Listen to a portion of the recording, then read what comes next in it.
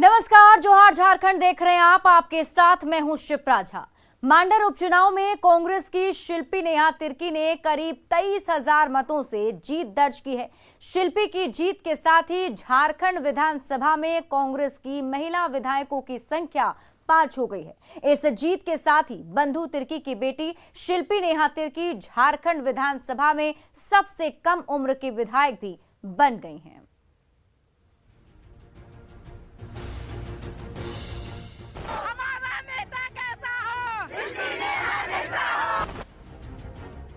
रांची के मांडर विधानसभा उपचुनाव में कांग्रेस ने जीत दर्ज कर ली है। सियासी लहजे में कहें तो कांग्रेस उम्मीदवार शिल्पी नेहा तिर्की मांडर की महारानी बन चुकी हैं। शिल्पी नेहा तिर्की ने अपनी निकटतम प्रतिद्वंदी और बीजेपी उम्मीदवार गंगोत्री कुजूर को करीब 23,000 वोटों से हरा दिया। इसके साथ ही कांग्रेस समर्थकों का जोश हाई हो गया। मांडर उपचुनाव में कांग्रेस की इस जीत के साथ ही झारखंड विधानसभा में कांग्रेस की महिला विधायकों की संख्या 5 हो गई है। यही नहीं, बंधु तिर्की की बेटी शिल्पी नेहा तिर्की झारखंड विधानसभा में सबसे कम उम्र की विधायक भी बन गई है। जीत गई भाई, जीत गई। हमारा नेता कैसा हो? रांची के पंडरा बाजार में बनाए गए काउंटिंग सेंटर पर रविवार सुबह 8 बजे जैसे ही मतों की गिनती शुरू हुई तो लगातार कई राउंड में आगे चल रही कांग्रेस के साथ बीजेपी की टक्कर कांटे की बताई जा रही थी। लेकिन 10वें राउंड के बाद से वोटों का फासला कांग्रेस के पक्ष में बढ़ता चला गया।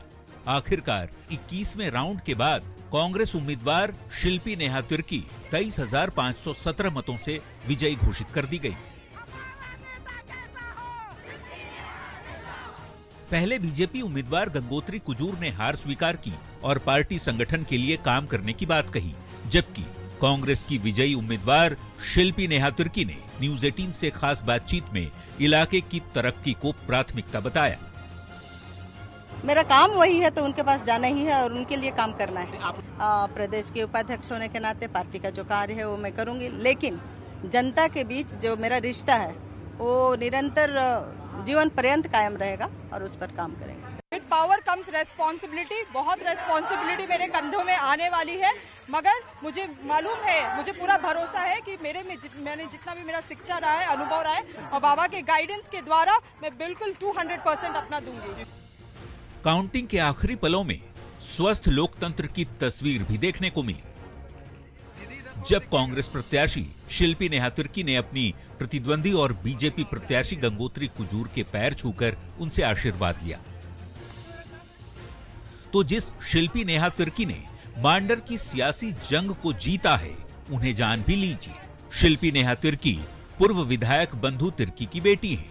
29 साल उम्र है, कोई आपराधिक मामला दर्ज नहीं है। सेंट जेवियर कॉलेज मुंबई से डिप्लोमा इन मार्केटिंग की पढ़ाई की है। इनके पति सन्नी विल्फ्रेड जेम्स लकड़ा मर्चेंट नेवी में इंजीनियर है। शिल्पी का कोई राजनीतिक बैकग्राउंड तो नहीं है। पिता बंधु तिर्की की सदस्यता खत्म होने पर चुनाव मैदान में उतरी थी। कंधों पर पिता की विरासत को अब आगे बढ़ाने की जिम्मेदारी है। रांची से न्यूज 18 के लिए अविनाश कुमार के साथ ब्यूरो रिपोर्ट। और अगली खबर आपको गढ़वा से बताते हैं। गढ़वा से दिल दहला देने वाली घटना सामने आई, जहां अंधविश्वास को लेकर एक महिला की बेदर्दी से हत्या कर दी गई। घटना नगर ऊंटारी थाना क्षेत्र के जंगीपुर गांव की है। यहां एक महिला पर उसकी बहन और बहनोई ने तंत्र सिद्धि के लिए प्रयोग किया है। पहले दिन महिला की जीभ काट दी गई, फिर उसके बाद दूसरे दिन उसे मौत के घाट उतार दिया गया। पूरी घटना को उसके पति के सामने ही अंजाम दिया गया, लेकिन अपनी और बच्चों की जान के डर की वजह से वो चुप रहा। मारने के बाद ओझा ने रंका थाना क्षेत्र के खुरा में ले जाकर शव को जला दिया। घटना की जानकारी मिलने पर पुलिस पीड़ित के घर पहुंची और 5 लोगों को हिरासत में लेकर पूछताछ कर रही है। वहीं घटना के बाद इलाके में दहशत का माहौल बना हुआ है। सबसे बड़ी बात है कि घटना के 5 दिन बीतने के बाद भी पुलिस को इसकी भनक तक नहीं लगी, जिसके बाद पुलिस जांच में जुट गई है। मंगलवार का कांड हुआ है। भोर में जीभ काट लिया, आंतरी पचौनी निकाल लिया। कांड होने के बाद में टेम्पू बुलाया गया और साथ में डरवा धमका के चढ़ाकर ले गए हम लोग। कहाँ ले गए? रंग का। क्या किए वहाँ पे? वहाँ पे फूक आ गया। जो मरी कौन थी आपकी? है जो मरी वो कौन थे आपके? मेरा पत्नी थी। उसकी हत्या का मामला भी प्रकाश में आया है, जो पिछले मंगलवार के दिन की घटना पता चल रही है। इस संदर्भ में अभी हम लोग जांच कर रहे हैं और जांच के क्रम में कुछ लोगों को पूछताछ के लिए भी लाया गया।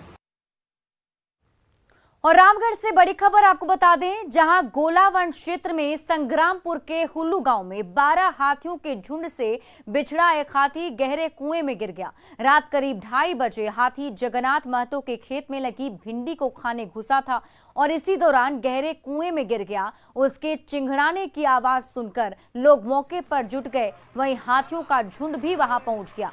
लोगों ने वन विभाग को इसकी जानकारी दी, जिसके बाद वन विभाग ने 3 घंटे की कड़ी मेहनत के बाद जेसीबी के जरिए हाथी को सकुशल बाहर निकाल लिया। मौके पर हजारों की भीड़ जुटी रही। वहीं बाद में हाथी भगाओ दल के लोगों ने हाथियों को पास के जंगलों की ओर खदेड़ दिया। आपको बता दें कि गोला इलाके में 2 झुंड में कुल 25 हाथी गांव-गांव में घूम कर उत्पात मचा रहे हैं। वहीं उस झुंड से बिछड़ा एक हाथी रजरप्पा के भुचुंगडी इलाके में दहशत मचाए हुए है। लोगों ने हाथियों के उत्पात से मुक्ति दिलाने की मांग की है। अब आपको दिखाते हैं हाथी के सफल रेस्क्यू की 4 तस्वीरें, जिसमें पहली तस्वीर जो हम आपको दिखा रहे हैं उस वक्त हाथी गड्ढे में गिर गया। ये दूसरी तस्वीर जिसमें निकालने की कोशिश की जा रही है। तीसरी तस्वीर में हाथी को सकुशल बाहर निकालने की तस्वीर है। वहीं चौथी तस्वीर में मौके पर जुटी हजारों लोगों की भीड़ है।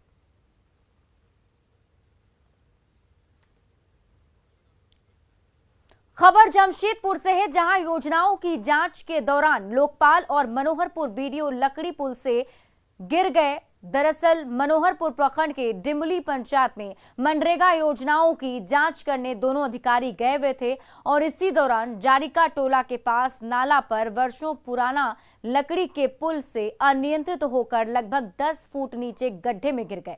घटना में लोकपाल और बीडीओ दोनों ही जख्मी हो गए हैं। प्रखंड कर्मियों ने दोनों को अस्पताल पहुंचाया, जहां प्राथमिक इलाज के बाद दोनों को छुट्टी दे दी गई। अब वीडियो ने कहा है कि जल्द ही ग्राम सभा कर जारिका टोला में पुलिया निर्माण के लिए कार्रवाई की जाएगी। दुमका पुलिस ग्रामीण इलाकों में लोगों तक विश्वास और भरोसा बढ़ाने को लेकर नई उपाय कर रही है। ऐसा ही संदेश जिले के हंसडीहा थाना प्रभारी ने आम लोगों के बीच जाकर दिया।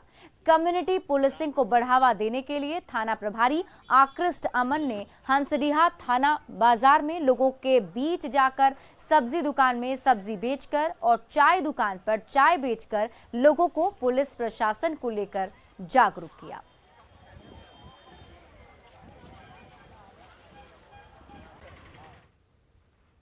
राज्य सरकार बेहतर स्वास्थ्य व्यवस्था का दावा करती है, लेकिन धनबाद के बीसीसीएल कंपनी के अस्पताल की तस्वीर हकीकत बयां कर रही है। अस्पताल भवन जर्जर हो चुका है और मरीज भगवान भरोसे हैं। बीसीसीएल लोधना क्षेत्र के जयरामपुर कोलियरी अस्पताल आने वाले लोग जो हैं बेहद परेशान होते हैं। महिला डॉक्टर के अभाव में लोगों को मजबूरन प्राइवेट अस्पतालों में जाना पड़ता है। बीसीसीएल के स्टोर रूम में, ड्रेसिंग रूम में कैसे सामान बिखरा पड़ा हुआ है, कोई भी सामान नहीं है। डॉक्टर का जो केबिन है वो भी एक कबाड़ खाना बन करके रह गया है। इसलिए बीसीसीएल प्रबंधन से मांग है कि एक चिकित्सक अस्थायी तौर पर यहाँ दी जाए। करीब हम 25 से 30 वर्षों से काम कर रहे हैं। अरे यहाँ तो जितने तरह के मरीज बोला जाए सभी मरीज आते हैं। जो हमसे हो पाता है हम करते हैं, बाकी को रेफर कर देते हैं। अभी 5-6 साल से कोई डॉक्टर उपलब्ध नहीं है, तो जितना भी बन पाता है हम अपने असर से करते हैं, बाकी को सेंट्रल हॉस्पिटल या गिरवारे हॉस्पिटल। रांची पुलिस ने झारखंड और यूपी के बीच चल रहे नशे के कनेक्शन को डिकोड करने में सफलता पाई है। इस दौरान पुलिस ने करीब 10 लाख रुपए की अफीम जब्त की। वहीं एक आरोपी को भी गिरफ्तार किया है जो खूंटी का रहने वाला है। रांची की लोअर बाजार पुलिस ने ये कार्रवाई की। आरोपी के मुताबिक उसे 10,000 रुपए की जरूरत थी, जिसके लिए उसने अफीम के कुरियर का काम करना स्वीकार किया था। आरोपी को अफीम वाराणसी बस स्टैंड के पास डिलीवर करनी थी, लेकिन इसके पहले ही खादगढ़ा बस स्टैंड के पास इसे जब्त कर लिया गया। मैं एक बाज़ार गया था सर, मुझे पैसे की ज़रूरत थी सर, तो मैं वहाँ काम खोजने के लिए गया था सर। तो वहाँ से मुझे किसी से बात हुई सर, फिर वो मुझे बोले कि एक सामान है सर, तो उसको लेके जाना है, तो बदले में तुम्हें 10,000 रुपये मिलेगा बोल के बोले। क्या सामान ले जाना सर वो मुझे नहीं बताए थे सर, तो वो छिपा हुआ था सर बैग में। तो मैं बोला कि क्या सामान है बोल के, तो वो सर बोले कि अच्छा तुम इसको पहुंचा दो, हम जहाँ बोलते हैं वहाँ पहुंचा दो, उसके बाद तुमको तुम्हारा मजदूरी मिल जाएगा बोल के बोले सर। कहाँ पहुँचाना था? सर वो बनारस पहुंचाने के बोले थे सर। गिरिडीह के मुफस्सिल थाना क्षेत्र में अवैध कोयले के उत्खनन पर सीसीएल और मुफस्सिल थाना पुलिस ने बड़ी कार्रवाई की। यहां भूतनाथ और ओपन कास्ट में अवैध कोयले के उत्खनन की सूचना मिली थी। इस दौरान पुलिस प्रशासन की मौजूदगी में अवैध रूप से चल रहे दर्जन भर से ज्यादा कोयला खंता को जेसीबी के माध्यम से ध्वस्त किया गया। आपको बता दें कि इन इलाकों में कोयले की अवैध माइनिंग खंतों के माध्यम से धड़ल्ले से हो रही है, जिसके बाद कोयले को रात के अंधेरे में बैलगाड़ी और मोटरसाइकिल के माध्यम से ट्रांसपोर्ट करके बिहार भेजा जाता है, क्योंकि वहां पर कोयले महंगे दामों में बिकते हैं। हालांकि हैरत की बात तो यह है कि कार्रवाई करने के बावजूद कोयले की अवैध माइनिंग पर लगाम नहीं लग पा रहा है। सीसीएल गिरिडीह परियोजना के ओपन कास्ट कोल माइंस के एरिया में है, और उसके सटे एरिया है भूतनाथ और सती घाट में। तो भूतनाथ एरिया में और जो एक पंप एरिया बोला जाता है, वहाँ कुछ अवैध इलीगल कोल पीट होता है, उसका बनाकर कोयला चोरी करने की सूचना मिल रही थी। तो सूचना के आलोक में हम और थाना प्रभारी मुफस्सिल जो परियोजना पदाधिकारी हैं श्री संजय सिंह, हम लोग सभी मिलकर यहाँ जिन जगहों को देखा और यहाँ की कार्रवाई की जा रही है। श्रावणी मेले में व्यवस्था और समन्वय को लेकर देवघर में नगर निगम की बैठक आयोजित की गई। नगर आयुक्त की अध्यक्षता में हुई इस बैठक में सभी पार्षदों के साथ ही स्वयं सेवी संगठन, रेड क्रॉस सोसाइटी के साथ चैम्बर के प्रतिनिधि और होटल कारोबारी भी मौजूद रहे। इसमें श्रावणी मेले को बेहतर तरीके से संपन्न कराने के लिए सभी से राय मांगी गई। इसके तहत शहर से अतिक्रमण हटाने और पॉलिथीन मुक्त करने के साथ ही कांवरियों की आने वाली और जाने वाली सुविधाओं पर रायशुमारी की गई। नगर आयुक्त ने सभी के सहयोग से काम कर मेला को सफल बनाने का भरोसा दिया। तो समस्याएं हैं यहाँ पर, आपसी समन्वय का जो भी थोड़ा बहुत अभाव है, जैसे जो यहाँ के बहुत सारे धर्मावलंबीगण आगंतुक श्रद्धालुओं की सेवा में बहुत सारा कार्य करते हैं, नाश्ता पानी शरबत आदि पिलाते हैं, तो वो किस प्रकार से समन्वय स्थापित कर चिन्हित स्थल पर प्रयोग करें, पॉलीथीन का थर्मोकोल का प्रयोग किस प्रकार से पूर्णतया प्रतिबंधित हो, इन सब बातों पर चर्चाएं हुई। शहर के सभी गणमान्य लोग इस मीटिंग में थे और ये इसी को लेकर के चर्चा हुई कि श्रावणी को कैसे हम लोग अच्छे तरीके से हम लोग एक अच्छे माहौल में श्रावणी को हम लोग संचालन कर सकते हैं। ये उसी को लेकर के आज मीटिंग थी। इस बार झारखंड समेत बिहार, यूपी में आम की पैदावार कम होने से बाजार में आम महंगे दाम पर बिक रहे हैं। बाजार में लंगड़ा, दशहरी, चौसा और मिठुआ आम 70 से लेकर 100 रुपए प्रति किलो की दर से बिक रहा है। फिलहाल रामगढ़ के फल मंडी में कम अभाव होने से लोगों को महंगे दाम पर आम खरीदने को मजबूर होना पड़ रहा है। फल मंडी से अधिक जानकारी दे रहे हैं संवाददाता जावेद खान। रामगढ़ के बाजार समिति स्थित फल मंडी में आप हमारे पीछे देख सकते हैं, यहाँ पर आम आ रहा है, लेकिन बताया जा रहा है कि इस बार यूपी, बिहार और झारखंड में आम का फसल कम हुआ है। इसका असर बाज़ारों में देखा जा रहा है और आम 70 से 100 रुपये प्रति किलो के हिसाब से मिल रहा है। अभी जो आम देख रहे हैं ये यूपी से आया है और ये लंगड़ा नस्ल का आम है। यहाँ पर सीधे बात कराते हैं थोक व्यापारी से, क्या कारण है इस बार आम महंगा होने के कारण?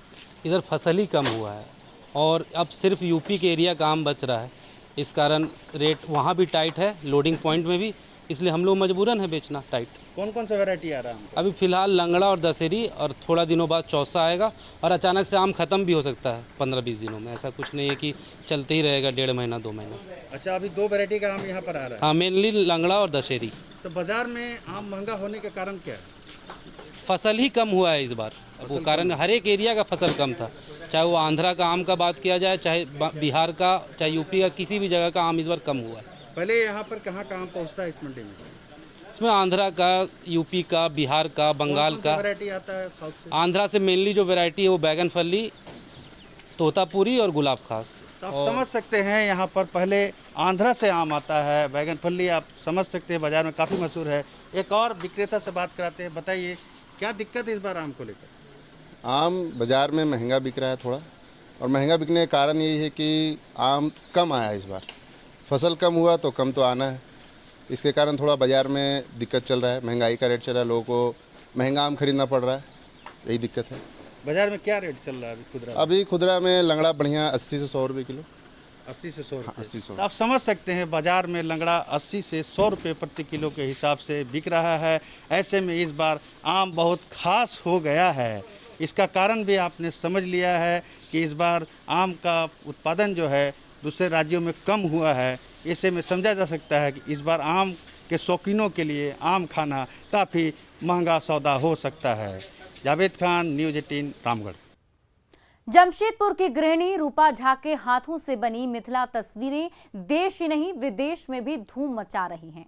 शादी के 16 साल बाद पतिदेव ने हौसला बढ़ाया तो पत्नी के हाथ चलने लगे और मिथिला और वर्ली पेंटिंग के फ्यूजन से सजी तस्वीरें हर किसी का दिल जीतने लगी।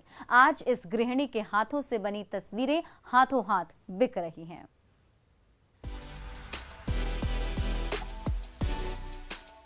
मिथिला पेंटिंग के चटक रंगों से सजी इन तस्वीरों को देखकर भला कौन नहीं वाह वाह कर उठेगा। प्रभु राम सीता के विवाह की पेंटिंग हो या फिर कान्हा के गीतों पर थिरकती गोपियां, मिथिला की खुशबू और मिथिला के जीवंत रंगों से सजी ये बारीक आकृतियां मन को तो मोहती ही हैं और मिथिला के माहिर कलाकारों और कलाकृतियों का लोहा भी मनवाती है।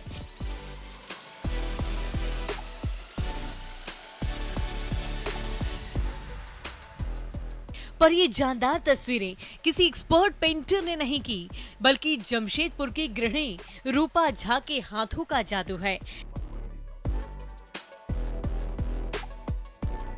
मोर बनाए, हाथी बनाए हैं, मछली, राम सीता विवाह, बुद्ध, कृष्ण रास, बहुत सारा बनाया। धनबाद से ब्याह कर पति के घर जमशेदपुर आई रूपा झा 16 साल तक तो अपने घर परिवार में बिजी रही, पर जब लॉकडाउन का दौर शुरू हुआ तो घर पर बैठे पति को पत्नी के अंदर छिपी प्रतिभा का पता चला। पतिदेव ने हौसला बढ़ाया तो पत्नी के हाथ चलने लगे और मिथिला और वर्ली कला का फ्यूजन इन तस्वीरों के रूप में रंग लेने लगा।